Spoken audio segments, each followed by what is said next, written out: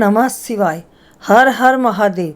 भक्तों, सोमवार का दिन शंकर भगवान को समर्पित होता है और आज के दिन भक्त भोलेनाथ को प्रसन्न करने के लिए विशेष पूजा अर्चना करते हैं। कुछ लोग आज के दिन व्रत भी रखते हैं ताकि शिव जी की विशेष कृपा प्राप्त की जा सके।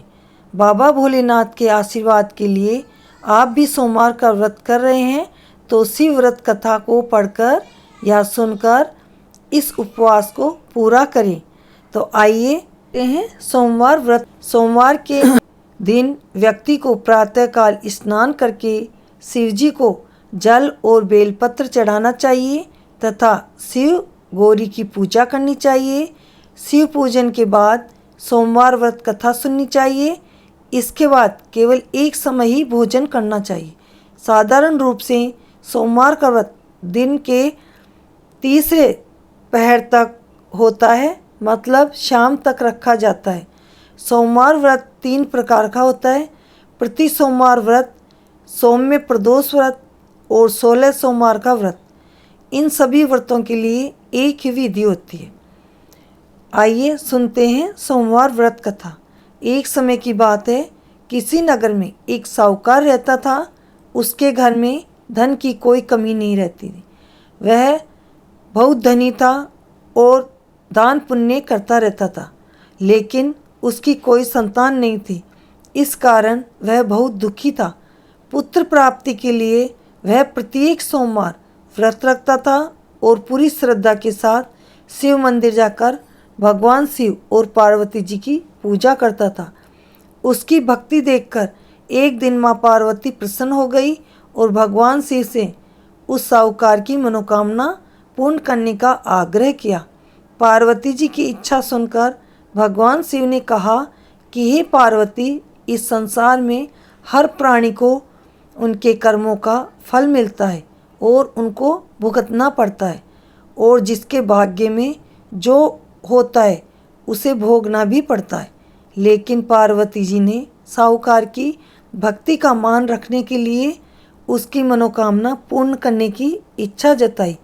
माता पार्वती के आग्रह पर शिव जी ने साहूकार को पुत्र प्राप्ति का वरदान तो दिया, लेकिन साथ ही यह भी कहा कि उसके बालक की आयु केवल 12 वर्ष होगी। माता पार्वती और भगवान शिव की बातचीत को साहूकार सुन रहा था। उसे ना तो इस बात की खुशी थी कि उसके पुत्र प्राप्ति का आशीर्वाद मिल गया और ना ही किसी बात का दुख था। वह पहले की भांति शिव जी की पूजा करता रहा। कुछ समय के बाद साहूकार के घर में एक पुत्र का जन्म हुआ। जब वह बालक 11 वर्ष का हुआ तो उसे पढ़ने के लिए काशी भेजा गया। साहूकार ने पुत्र के मामा को बुलाकर उसे बहुत सा धन दिया और कहा कि तुम इस बालक को काशी विद्या प्राप्ति के लिए ले जाओ और मार्ग में यज्ञ कराना। जहाँ भी यज्ञ कराओ वहाँ ब्राह्मणों को भोजन कराते हुए, दक्षिणा देते हुए, दान पुण्य करते हुए जाना। दोनों मामा भांजे इसी तरह यज्ञ कराते और ब्राह्मणों को दान दक्षिणा देते और धर्म पुण्य करते हुए काशी की ओर चल पड़े। रास्ते में एक नगर पड़ा जहाँ नगर के राजा की कन्या का विवाह हो रहा था, लेकिन जिस राजकुमार से उसका विवाह होने वाला था वह एक आँख से काना था। राजकुमार के पिता ने अपने पुत्र के काना होने की बात को छिपाने के लिए एक चाल सोची। साहूकार के पुत्र को देखकर उसके मन में एक विचार आया। उसने सोचा, क्यों न इस लड़के को दूल्हा बनाकर राजकुमारी से विवाह करा दूं। विवाह के बाद इसको धन देकर विदा कर दूंगा और राजकुमारी को अपने नगर ले जाऊंगा। लड़के को दूल्हे के वस्त्र पहनाकर राजकुमारी से विवाह करा दिया, लेकिन साहूकार का पुत्र ईमानदार था। उसे यह बात न्याय संगत नहीं लगी। उसने अवसर पाकर राजकुमारी की चुन्नी के पल्ले पर लिखा कि तुम्हारा विवाह तो मेरे साथ हुआ है, लेकिन जिस राजकुमार के संग तुम्हें भेजा जाएगा वह एक आँख से काना है। मैं तो काशी पढ़ने जा रहा हूँ। जब राजकुमारी ने चुन्नी पर लिखी बातें पढ़ी तो उसने अपने माता पिता को ये बात बताई।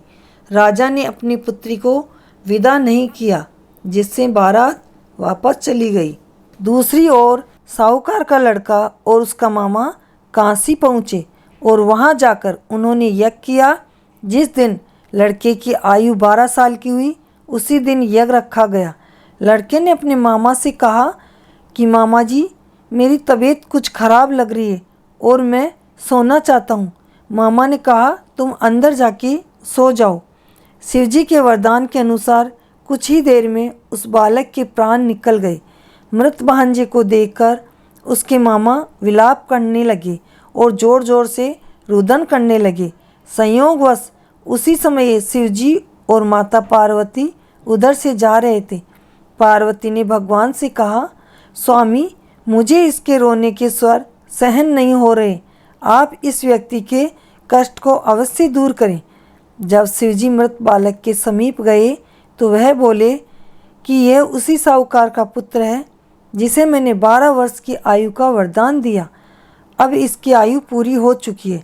लेकिन मातृभाव से विभोर माता पार्वती ने कहा कि हे महादेव, आप इस बालक को और आयु देने की कृपा करें, अन्यथा इसके वियोग में इसके माता पिता भी तड़प तड़प कर मर जाएंगे। माता पार्वती के आग्रह करने पर भगवान शिव ने उस लड़के को जीवित होने का वरदान दिया।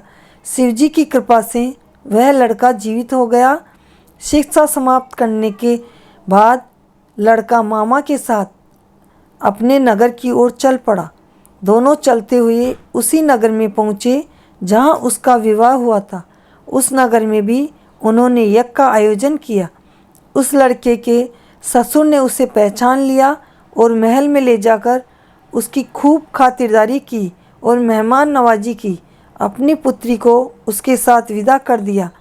इधर साहूकार और उसकी पत्नी भूखे प्यासे रहकर बेटे की प्रतीक्षा कर रहे थे। उन्होंने प्रण कर रखा था कि यदि उन्हें अपने बेटे की मृत्यु का समाचार मिला तो वह भी प्राण त्याग देंगे। परंतु अपने बेटे के जीवित होने का समाचार सुनकर वह बेहद प्रसन्न हुए और उसी रात भगवान शिव ने उस व्यापारी के स्वप्न में आकर कहा, हे श्रेष्ठी, मैंने तेरे सोमवार की व्रत करने और व्रत कथा सुनने से प्रसन्न होकर तेरे पुत्र को लंबी आयु प्रदान की है। इसी प्रकार जो कोई सोमवार व्रत करता है या कथा सुनता है या सुनाता है, पढ़ता है, उसके सभी दुख दूर होते हैं और समस्त मनोकामनाएं पूर्ण होती है। भगवान भोलेनाथ उसकी सदैव रक्षा करते हैं।